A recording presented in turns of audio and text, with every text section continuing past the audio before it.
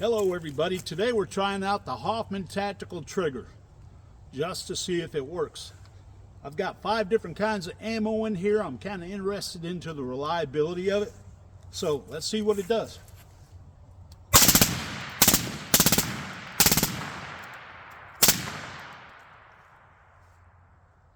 Well, that seemed to work pretty good. What do you think? Comments below.